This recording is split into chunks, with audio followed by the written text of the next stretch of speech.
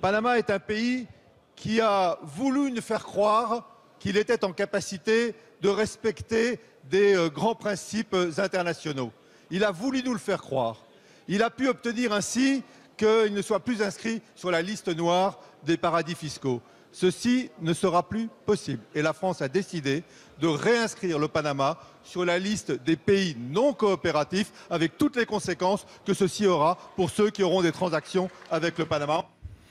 Trompé, Michel Sapin, comme ce 18 février dernier, tous sourire à Paris face au président du Panama venu fêter la sortie de son pays de la liste noire internationale des paradis fiscaux. Il faut dire que la France avait bien aidé. Elle avait elle-même retiré le Panama de sa propre liste depuis 2012. La France aurait donc en quelque sorte été trop naïve. Est-ce qu'il faut se contenter de cette explication ce soir? Est-ce qu'il n'y aurait pas une certaine hypocrisie sur cette question? C'est la question que l'on va se poser dans ce décryptage avec nos invités. Pour en débattre avec nous, Manon Aubry, bonsoir. Vous êtes spécialiste de ces questions de justice fiscale internationale pour l'ONG Oxfam. Karine Berger, bonsoir. Vous connaissez bien aussi ces questions, député socialiste, ex-rapporteur, je le rappelle, du texte sur la loi bancaire. Et puis Charles de Courson, bonsoir, député UDI, secrétaire de la commission des finances à l'Assemblée, vous aussi expert sur ces questions. Alors pour commencer, un petit rappel peut-être d'abord sur les promesses de nos dirigeants justement sur ce sujet, qui n'est pas vraiment nouveau d'ailleurs.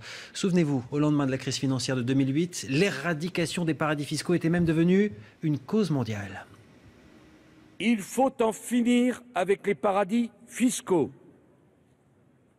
car nous n'avons pas à tolérer les lieux où se cache l'argent de la spéculation, du crime et de la fraude. Comme je vous l'avais promis en 2009, nous avons mis fin au scandale des paradis fiscaux. Dans cette bataille qui s'engage, je vais vous dire qui est mon adversaire. Mon véritable adversaire. Il n'a pas de nom, pas de visage, pas de parti. Il ne présentera jamais sa candidature. Il ne sera donc pas élu. Et pourtant, il gouverne. Cet adversaire, c'est le monde de la finance. Voilà, 2008, 2010, 2012, à gauche comme à droite, on n'y arrive pas. Pourquoi? Pourquoi est-ce qu'il faut attendre encore le scandale du Panama pour remettre ce pays sur la liste noire, par exemple? Moi, je pense que vous êtes un tout petit peu excessif quand vous dites on n'y arrive pas. Depuis 2008, et même si tout n'est pas encore terminé, la prise de conscience mondiale a eu lieu. Et l'OCDE, alors c'est l'organisation qui rassemble le maximum de pays, a lancé un vaste plan anti-paradis fiscaux, anti-évasion fiscale. Ça s'appelle BEPS. Et on est, et aussi l'échange automatique d'informations. Et on est en train d'avancer. Grosso modo, je parle de l'info de la soirée. Panama, oui. Liste noire. Comme si on découvrait que le Panama était un paradis fiscal qui ne coopère pas. Parce que le Panama a expliqué au cours des 3 dernières années qu'il était prêt à faire ce qu'on appelle l'échange automatique d'informations. Mais il ne le faisait pas. Parce qu'en fait, on est en train de le mettre en place. Ça fait 3 ans qu'on sait qu'il ne le fait pas. Le mettre en place. Alors, soit on considère qu'on ne peut rien faire, qu'on laisse tomber, etc. Soit on considère qu'on doit aller chercher les pays les uns après les autres. On a fait en sorte que la Suisse change de position. On est en train de faire changer de position le Luxembourg. C'est plus compliqué avec le Pays-Bas. Mais il y a encore effectivement des zones noires. Le Panama, aujourd'hui, parce qu'il y a cette révélation, et il faut la saluer, témoigne à ce stade de son incapacité à appliquer les règles communes. Charles de Courson, vous partagez l'analyse de votre collègue socialiste?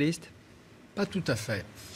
Je pense qu'on ne peut arriver à réduire considérablement cette fraude fiscale internationale que par un accord international. Et des pays comme le Panama n'accepteront ces règles que s'il y a une pression très forte des grands pays. On a bien vu qu'on a beaucoup progressé sur la Suisse. La Suisse a été obligée d'abandonner le secret bancaire qui protégeait enfin les fraudeurs, les bandits, les gangsters. Pourquoi? Les États-Unis ont dit c'est très simple. Les banques, les filiales des banques suisses ne pourront plus opérer aux États-Unis si vous ne levez pas le secret bancaire. Il l'avait d'ailleurs déjà obtenu, il y a déjà de nombreuses années, à l'égard du grand gangstérisme, des trafiquants de drogue. Et la Suisse avait été obligée de lever le secret bancaire déjà à l'égard de cette carrière. Maintenant, c'est général. Ce qu'il faut, c'est que les grands pays se coalisent pour imposer à des pays comme le Panama, les îles Vierges, les îles Caïmans, les bien nommés, comme on dit, vous voyez, que tout ce joli monde sache que s'ils ne se mettent pas aux normes internationales en jouant la transparence, l'échange d'informations, etc., eh bien, on interdira toute activité bancaire aux banques implantées dans ces pays. Alors là, je veux dire, ils sont morts. Et donc, c'est comme ça qu'on a progressé. Donc, il faut, si vous voulez, que les grands pays, Japon, l'Union européenne, au moins les grands pays de l'Union, puisqu'il y a le problème du Luxembourg, c'est vrai, hein, mais le Luxembourg ne tiendra pas face à une pression de type américaine, anglaise, allemande, française. Française, pas tout seul apparemment. Vous êtes d'accord avec ça? Tant qu'il n'y a pas les États-Unis, on peut rien faire de plus, on peut rien faire de mieux? Je pense qu'on peut déjà faire beaucoup de choses à notre niveau. La question de la liste est importante parce qu'on se demande est-ce qu'on va ajouter le Panama ou pas. La liste française, à l'heure actuelle, comporte 6 pays, 6 maigres pays. Et là, on parle beaucoup du Panama. Peut-être qu'il va être ajouté dans les prochaines semaines, mais le scandale dont on parle à l'heure actuelle porte sur une société panaméenne, mais en réalité, les sociétés écrans, qui sont les sociétés qui permettent de dissimuler l'identité et derrière de faire de la fraude fiscale, ces sociétés écrans ont été créées par la société panaméenne dans 21 pays différents, parmi lesquels les îles Vierges britanniques, etc.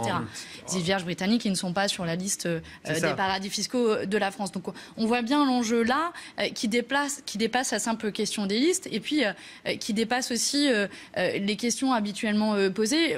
Le rôle, un des pays qui joue un rôle majeur, notamment de facilitateur, c'est le Luxembourg. Et dans les critères de la liste française, on a ça ne doit pas être un pays de l'Union européenne.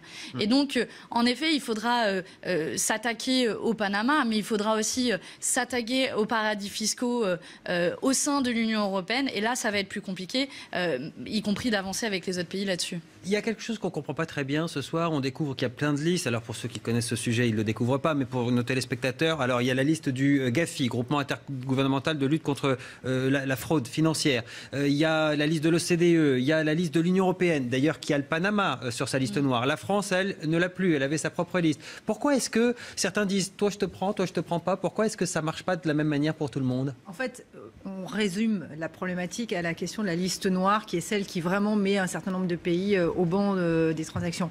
Mais la France a une liste beaucoup plus large, qui est la liste des pays à fiscalité réduite et qui concerne, alors là, une centaine de pays dans le monde. Et sur ces pays-là, la France peut faire des poursuites pour évasion fiscale à partir du moment où ces pays ne sont pas dans l'Union européenne. Je vais en dire tout de suite. Mais il ne faut pas mélanger tout. C'est pas parce qu'on n'est pas sur la liste noire des paradis fiscaux qu'on n'est pas considéré comme un paradis fiscal par l'administration fiscale française. Si vous mettez votre argent, si vous prenez votre argent de France et vous le mettez dans un pays où la fiscalité est très très très basse, vous serez poursuivi par le fisc, je peux vous assurer, même si ce pays n'est pas dans les paradis fiscaux. La seule limite, et c'est une limite qui est une limite politique importante pour tout le monde, c'est celle de l'Union européenne, tout simplement parce que l'Union européenne prévoit la liberté de circulation. Le rapport excellent d'Oxfam a montré récemment que le vrai sujet n'est pas la liste des paradis fiscaux, pas la liste des pays vraiment à fiscalité réduite. Le sujet de la France, c'est 3 pays, le Luxembourg, les Pays-Bas et l'Irlande. C'est au sein de l'Union européenne et c'est nos partenaires européens que nous devons convaincre d'arrêter d'avoir ce type de comportement non coopératif. Alors il y a eu des tentatives pour améliorer cette transparence financière. Il y a un événement récent qui a apparemment semé le doute sur la volonté de ce gouvernement de lutter pour plus de transparence. Le 15 décembre dernier, à l'Assemblée, vers 1h du matin, les couches-tard ont pu assister à une incroyable séquence, un amendement socialiste proposé au nom de la transparence, mais refusé par le gouvernement qui, évidemment, a un peu surpris les bancs sur la gauche. Écoutez la réaction de ce député socialiste, c'est juste avant le vote. Il s'agit de publier le nom des implantations et la nature d'activité, de publier le chiffre d'affaires, de publier les effectifs en équivalent temps plein, de publier le bénéfice ou perte avant impôt, le montant des impôts sur les bénéfices dont les implantations sont redevables. C'est quand même normal que les citoyens le sachent, ça. Et les subventions publiques reçues. Si vous pensez, mes chers collègues, que rendre ces informations publiques dans une démocratie au XXIe siècle, c'est nuire à la compétitivité des entreprises, nous n'avons pas la même conception de l'équilibre qu'il y a entre la compétitivité des entreprises et le minimum d'informations qu'on doit connaître dans une démocratie. Et le plaidoyer a, semble-t-il, convaincu. L'amendement va être adopté, mais regardez ce qui s'est passé juste après. Pour 28, contre 24. L'Assemblée nationale a adopté. Ah, Monsieur le ministre, vous avez la parole. Oui. Le gouvernement est opposé à cette disposition et j'avertis d'ores et déjà l'Assemblée que le gouvernement va demander une deuxième délibération sur ce point. Mais, monsieur le député, c'est un droit du gouvernement. Et magie de la manœuvre, 40 minutes plus tard, après la suspension, le vote va s'inverser. Même la députée socialiste Valérie Rabault, que vous connaissez bien, qui avait proposé l'amendement, elle va voter contre au deuxième vote. Est-ce qu'on peut peut-être corriger quelques éléments d'explication? Pourquoi le vote se retourne comme ça? Le seul amendement Vous y étiez aussi, monsieur de Courson. le seul amendement important, c'est celui qui permet désormais au fisc français d'avoir toutes les listes des filiales des entreprises françaises. C'était pas l'avis des députés socialistes qui le votent en première. Non, Monsieur Galzi. Intervention du ministre, ça change. Pourquoi? On aimerait comprendre. Qu'est-ce qui se passe à ce moment-là? Qu'est-ce qui se passe à ce moment-là? C'est extrêmement simple.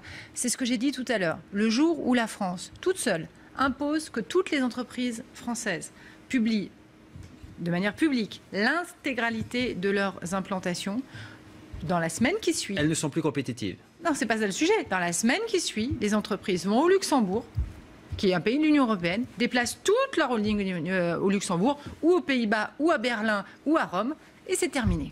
Tant que la France est dans l'Union européenne, et je souhaite que la France reste dans l'Union européenne. Je ne sais pas quelle est la position de Pascal Cherki sur ce point-là, mais moi je souhaite que la France reste dans l'Union européenne. Apparemment, l'Union européenne, c'est l'Europe alors. C'est le problème, pardon. C'est pas un problème. Ouais. Tant que la France est dans l'Union européenne, la liberté des capitaux est totale. Donc si vous imposez à des entreprises quelque chose qui n'est pas imposé ailleurs, eh bien nous aurons effectivement l'incapacité d'avancer. C'est pour ça que j'ai personnellement signé un appel de tous les députés socialistes européens à ce que les députés de droite et du Front National, enfin de l'extrême droite, qui ont voté contre, au Parlement européen, acceptent la transparence au niveau européen. Charles de Courson, oui. Vous y étiez cette nuit-là? J'y étais, bien sûr. J'ai passé toutes mes nuits là-dedans. Et je ne crois pas pouvoir être accusé d'un ferme soutien de ce gouvernement. Et vous avez voté contre au deuxième vote. Et vous savez pourquoi? Parce que vous ne l'avez pas dit en faisant l'extrait de l'intervention du ministre. Vous allez nous le dire. C'est tout simplement parce qu'il y avait un projet de directive Bien sûr. sur cette affaire et que le gouvernement nous a expliqué qu'il devrait sortir, il nous a parti, je crois, de mémoire, fin du premier semestre 2016 et qu'il s'est engagé là-dessus. Et donc, s'il ne le fait pas, on reviendra dans la prochaine loi de finances là-dessus. Manon Brice, vous voyez sourire quand vous revoyez cette séquence-là. Je l'ai suivi aussi en direct, mais hasard du calendrier que vous évoquez, ce sera en fait proposé par la Commission européenne le 12 avril prochain, donc vraiment dans les prochains jours. Et la Commission européenne va proposer, alors c'est ce qu'on appelle un reporting public, cette obligation de transparence faite aux multinationales. Elle va le proposer uniquement pour les pays au sein de l'Union européenne. Ne seront pas concernés le Panama, les îles Vierges britanniques et y compris tous les pays les plus pauvres qui perdent le plus. Donc même avec la directive européenne, ce scandale-là, il aurait continué à exister, c'est ça que vous nous dites? Exactement. Et si je peux me permettre de terminer, parce qu'en effet là, il est question de l'évasion fiscale des multinationales, mais on voit bien que la transparence est essentielle. Et c'est là où le parallèle peut être fait avec le scandale actuel, c'est qu'on ne peut pas faire l'économie de la transparence si on veut vraiment prendre à bras-le-corps le problème de l'évasion fiscale. Ouais. Et il faudra que ces informations soient rendues publiques, et y compris si ces informations sont rendues publiques, on se rendra compte qu'il y a une déconnexion de l'activité économique des entreprises, de ce qu'elles déclarent en France et de ce qu'elles vont déclarer au Luxembourg. Donc ce sera un outil. Karine Berger, vous dites que c'est un autre sujet. Oui, bien sûr, d'un côté on parle de société écran de personnes, là on parle des entreprises. Mais au fond, c'est le même trou noir.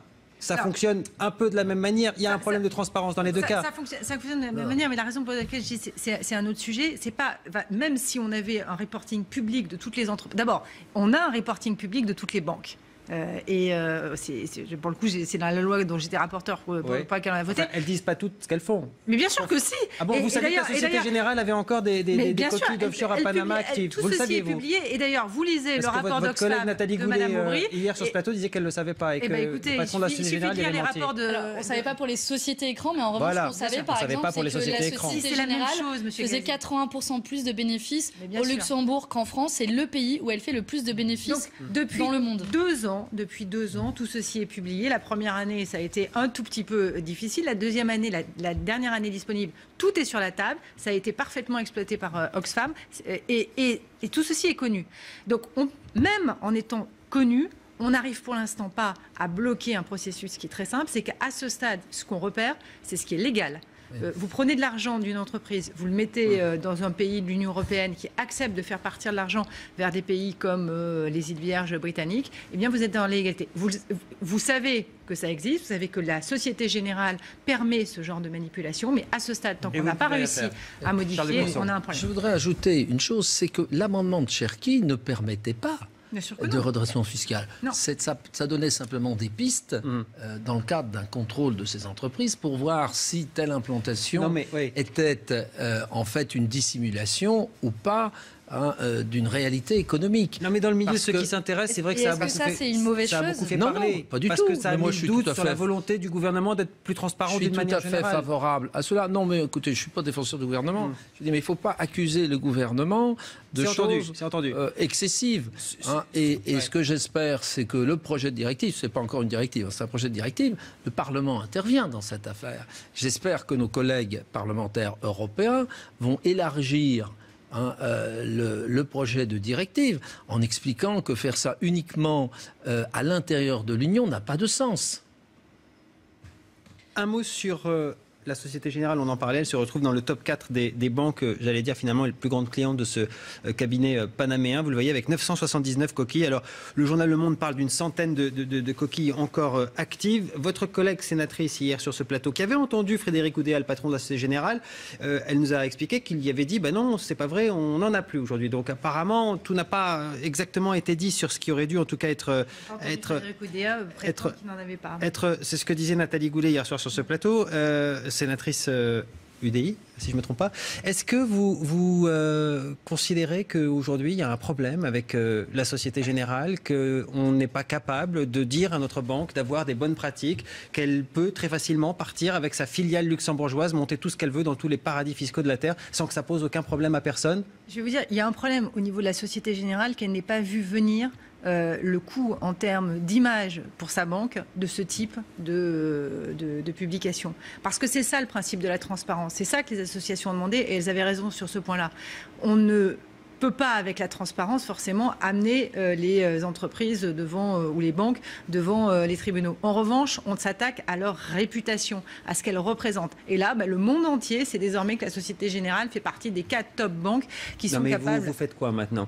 Est-ce que vous considérez que c'est pas bien et il va y avoir quelque chose? Monsieur Oudéa, je crois, est convoqué à Bercy. Ça va s'arrêter là ou jusqu'où ça va? Est-ce qu'il va y avoir des poursuites, y compris pour les banques, puisqu'on a parlé de poursuites pour les particuliers? Je le redis, il est très probable que l'ensemble des dossiers qui ont été mis par la Société Générale se sont faits dans un cadre légal. Donc il ne peut pas y avoir des poursuites si c'est légal. En revanche, ce qu'on pousse, nous, à l'Assemblée nationale, au niveau de la gauche européenne et dans le monde entier, c'est que de nouvelles règles de lutte contre l'évasion fiscale... Vous avez vu les extraits qu'on a passés? Oui, je sais, mais laissez-moi finir, monsieur Gazier. Mais non, je suis désolée, je ne suis pas d'accord avec vous sur ce point-là. Pour la première fois, on a fait sauter le secret bancaire en Suisse. Pour la première fois, d'accord, mais on entend à chaque fois qu'il y a un scandale, on nous dit oui, mais c'est légal. En réalité, c'est légal. Ce qu'il faut, c'est faire évoluer le cadre légal. Tout à fait. Et on en est toujours au même argument. Voilà. Non, on n'en est pas au même argument. On a des échanges automatiques d'informations qui n'existaient pas. On a un certain nombre de règles, dit BEPS, qui n'existaient pas. On est en train de changer le rapport de force. Mais ce rapport de force, effectivement, il a été du même côté pendant tellement d'années qu'on a plus qu'une queue de comète, parce que dans l'occurrence, la Société Générale, c'est plus qu'une queue de comète, qu'on doit encore gérer. Charles de Courson. Mais vous avez 200 États dans ce monde. La fiscalité...